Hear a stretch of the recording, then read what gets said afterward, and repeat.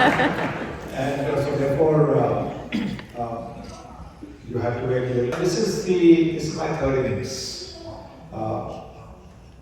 You know me as somebody who played a bit of cricket for India. That was my first innings. The second innings, the RJ mentioned, has been as a broadcaster. I write a few columns. I've been part of the administration in the capacity of being cricket committee chairman, not directly in administration as such, but in the BCCI as well as in the ICC.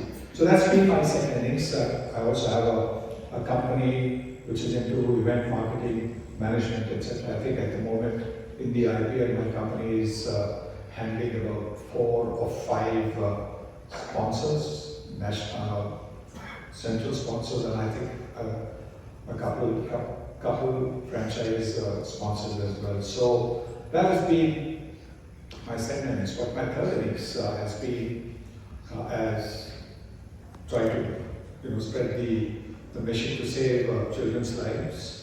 Because in India we have a major problem of children born with congenital heart defects. And what the Sai Sanjeevani hospitals has been doing has been providing totally free of cost surgeries for all those children who invariably come from a financially challenged sector of our society. And children on daily wages who do not even often have a return ticket to go back to the village from where they have come to the city. Who come to the city, they have never seen so many people before. They've never seen so many cars before, they've never seen so many buildings before. And they come in pretty bewildered, anxious about their child. And when the hospital takes them in, takes their child in, decides that you are going to be the procedure is going to take place maybe a week later or 4 days a week. In emergency situations, obviously the child is taken pretty much immediately. But the parents are looked after in an annex where they are provided everything. They are provided, boarding, lodging, everything, while their child is still in the hospital. And the success rate of the Sai Sanjeevani hospitals is more than 99%, which is phenomenal considering, when you look at a child's heart, it's almost like a little bigger than maybe a peanut. And to be able to do the kind of surgery, delicate surgery on these hearts to fill up the holes or fill up the issue with that particular ailment is something totally phenomenal. It's about the education particularly for rural children. The medical college that has been set up in Muttanali offers totally free of cost medical education for children, rural children. And after they finish, there is an understanding that for the 5 years after they become doctors, they will serve in rural areas. Not necessarily there, but rural areas all over India. So that's also been something which has been absolutely phenomenal, because where can rural children bring in the money that is needed to go into the cities for medical education? The cost of medical education is so high that from the rural areas there are very few that can break through. And you've seen in cricket, you've seen with the IPL how those in the rural areas are now becoming superstars of Indian cricket. Earlier on, cricket was restricted mainly to the metros, and most of the players in the Indian team came from the metros. There would be, of course, the odd player from the non-metros, but most of them came from the metros. But today, the situation is such that there will be few from the metros, but look at the talent that is emerging from the interiors of the country.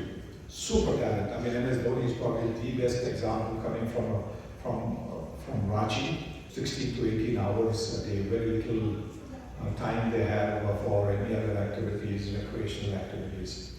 So that has been one part. We are also into education. Ranchi, no no sort of background as far as cricket was concerned. There is the Suresh Rainas, you name it, so many coming in from the smaller towns. And that is exactly what we are looking to do as far as education is concerned. That we want also, by providing free education, that these children will be inspirational for other rural children to come in and show how good they are. Then we have the Annapurna nutrition scheme. And at the moment we are feeding over 10 million children in 24 states of India. Again, totally free. Again, these are children whose parents go very early, being daily wages, go out to earn their living, and therefore nobody to look after them. So they are looked after by the Sai-Sure supplements that is given to them as breakfast. And obviously, we all know if we try to try and fast and go to work without having anything inside our tummies, we are probably a little bit irritable, we are not at our best. And so, giving the children these supplements is also one way of ensuring that they are at their brightest when the teachers come in and start to teach them. So these are the three things that we are really involved with, and which is the reason why we've gathered here today. And why did I get involved? My family has been devotees of, thank you, Bhagwan Sri Satya Sai Baba for over half a century.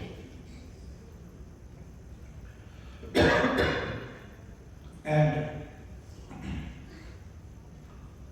his hand has been on my head, blessing me ever since I started playing cricket. I went through a tough period, having made my debut from Mumbai. Then for 2.5 years, I wasn't selected to play for Mumbai. I wasn't even in the 14. We were playing in the 11. But I kept on trying to get as many runs as possible. As my uncle Madhav Mantri told me, that if the selectors don't hear the knock on the door, then break the door down. I'm not going to break the glass. Break the door down with your performances. Get 150, get a 200, 250. So that's something that I remember. But to get to that 150, 200, you also need a bit of luck. And that is where I believe that Bhagwan's hand over my head was instrumental. My first innings in Test cricket, I don't know how many know that my first runs in Test cricket were actually leg-wise. So the ball went off my pads, went down to deep fine leg, and I came to the non-striker's end. And I just looked through the corner of my eye because the umpire was down there. I looked through the corner of my eye and there was no signal leg by. I looked again and I didn't see that, so I said, oh my God. At least in my first innings in Test cricket, I will not get a 0. because my first innings in Ranji Trophy cricket was a 0. My first innings in the Irani Trophy was a 0. So I was thinking, at least with this umpire being, very generous and not signaling the leg by, that I got off the mark. But in that innings, a few runs later, I was batting on 12. Went to play a drive. The ball took a thick outside edge and went to who I think is the greatest of all time, Salafin Sobers. And it went straight in here and out. What you call a dolly catch. That's the word that you use, dolly catch. Is there anybody named Dolly here? Please make we don't mean it, but that's a cricketing term that's been used. And I went on to score a half century. That drop catch for me was a second cricketing life. And And in the next test match, I was batting 4, went for a cut outside the off stump, and the ball went to again to Garfield. So this time the ball traveled at a speed to because I really thrashed at the ball, and he couldn't pick it up in the background of the crowd. Sometimes, you know, when you're fielding in the slips and the crowd is in the background, you can't really pick it up. So that's what happened. It hit him on the chest, went up in the air, fell down, and I went on to get my first test century. So I got another second cricketing life over there. And that is the reason why when the hospitals were built, the Sai Sanjeevani hospitals, we've got four hospitals currently. That is the reason why I really got involved, because this giving a second life to a child resonated with me, with what had happened to me in my test career. And so I got really involved with it. And I am still, as long as I can, I'd love to be involved with it, because what one sees after the procedure is done, when the doctors come out and tell the parents, and like I told you earlier, a lot of parents who are coming from the villages are a little frightened, little bewildered by the whole scene. And so they're unable to first soak in what the doctor's telling. That the doctor's telling that the surgery is successful and your child is going to lead a normal, healthy life. They're just staring at the doctor, not really understanding what he's saying, because they know their child is suffering from a serious ailment. They are not able to, sort of take it in. But as it sinks in, that expression changing from the one of bewilderment, fear, then to a bit of disbelief, then relief, and then happiness. The expression changes, within seconds the expression changes. And to see that, believe me, has given me more pleasure than scoring a double century for India.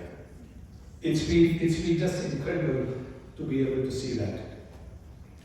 And now, over the last dozen years or so, since the first hospital came up in New Raipur in Chhattisgarh, we've had over 35,000 surgeries, totally free of cost, 35,000 surgeries.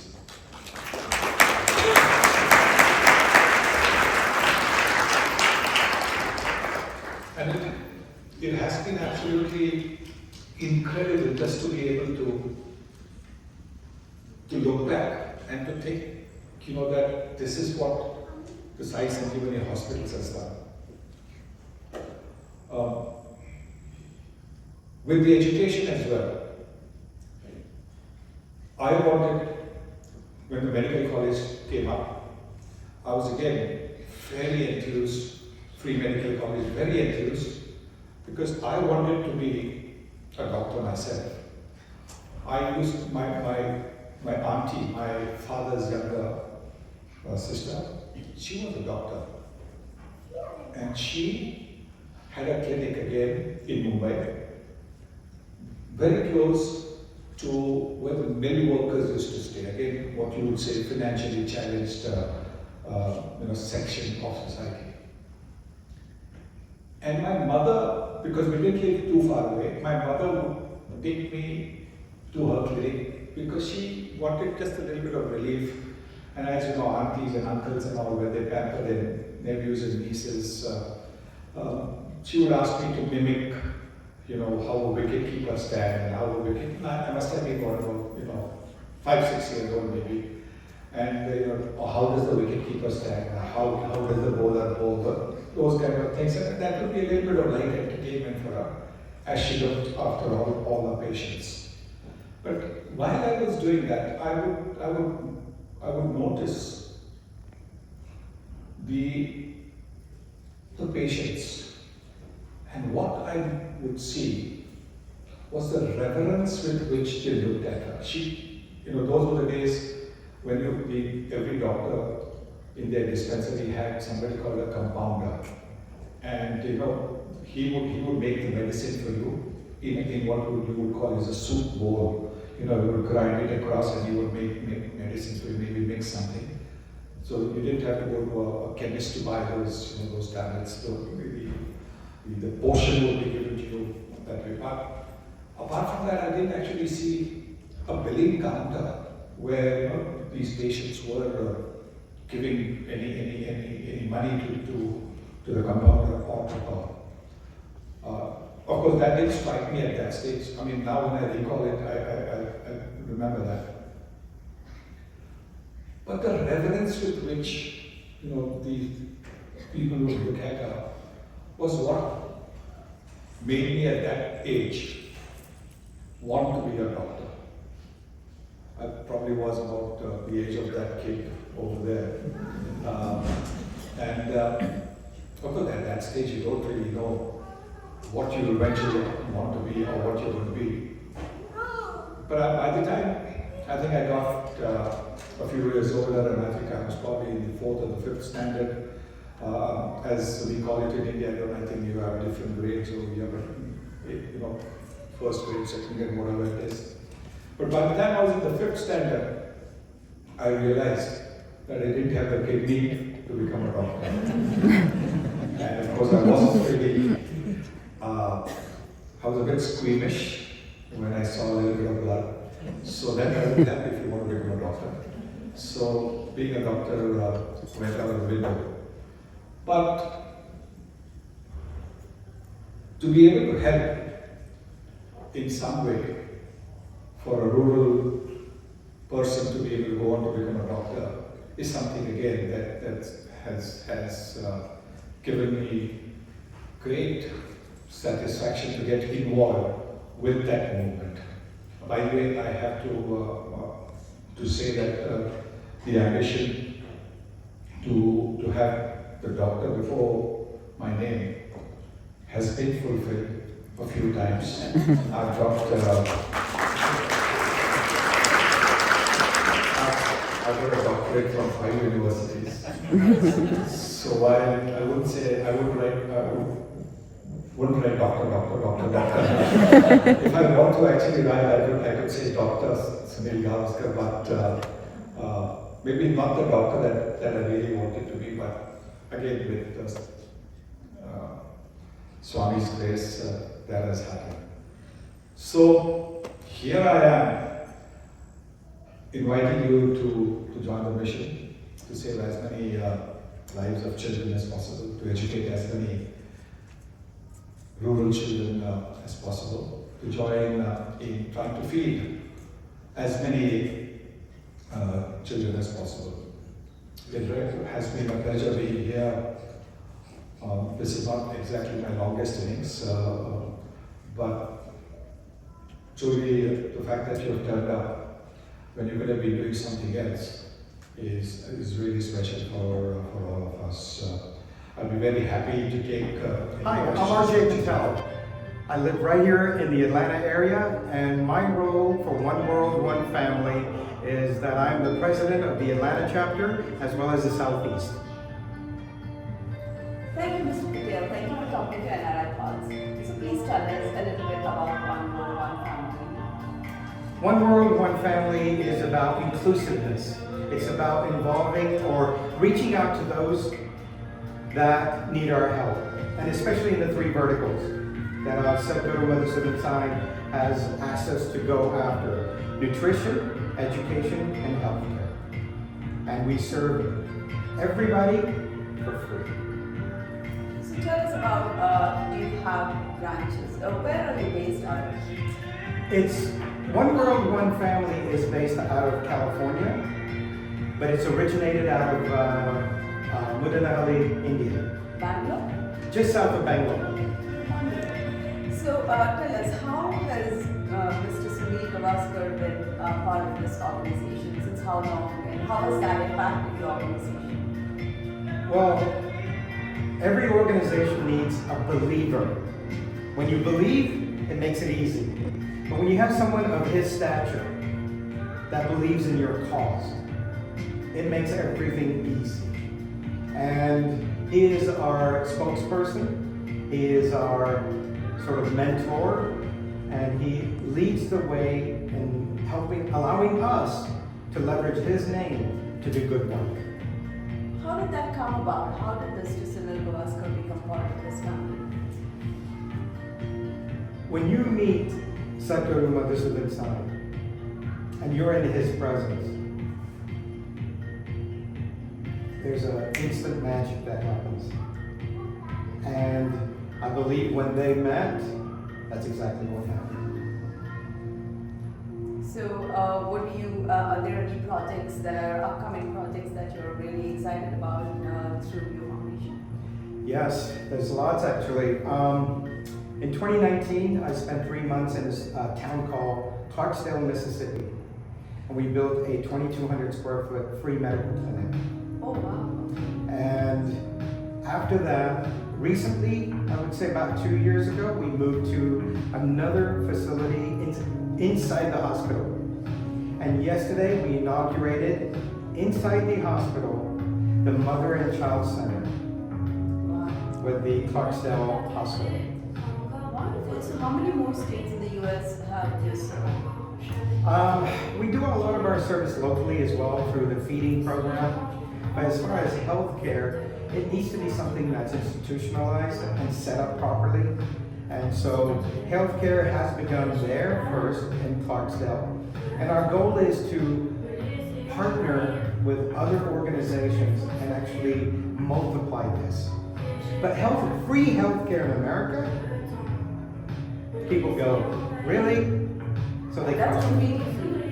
Completely free. There's no cash register. Oh wow! So, what about in India? What parts of India? Ooh.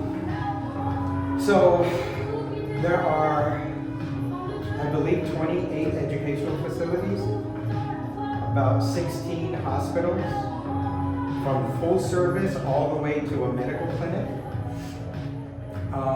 One in Fiji, Nigeria. We are building one in Turkey right now. And there were some agreements made in Europe recently to build some over there as well. So we have a footprint in about 60 countries. It is tough for me to talk about it. I feel blessed. Where I am in life, I was born and raised in England. I came to America 47 years ago. But when I go to India, there's a magic about that country. I'm so magnetized to there. And I believe it's the beauty of the people, the heart. And I've had the privilege with Anand, who does the nutritional side of things, and Annapurna, to go and serve these children. And when you do that, how can you not be part of this? Now there are 10 million children being served breakfast and lunch every day, 6 days a week. In India? In India, in Africa, and one other country. Yeah. Clarksdale, Mississippi, being in what we would consider the poorest state in America, but that region is some of the poorest areas in America. And the mortality rate was very high. And that area was chosen by Sadhguru Madhusudan Sai with the assistance of Isaac Taggart, the founder of Hard Rock Cafe and House of Blues, who was born in Memphis but raised in Mississippi. So Mississippi is a stronghold for him, and he wanted to give back. And what a perfect combination of inspiration, picking the area that needs it the most, bringing those two things together. We have a footprint in about 60 countries. Well, thank you. Thank you so much for talking to us. My pleasure. Thank you.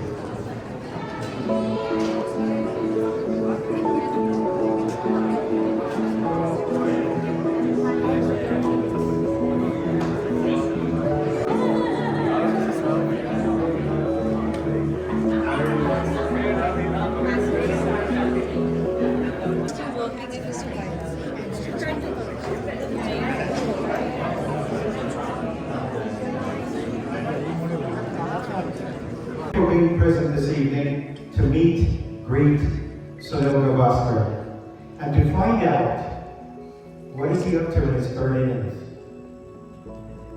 If you don't know, you're in for a surprise. There's a couple of house rules if you don't mind, please. One,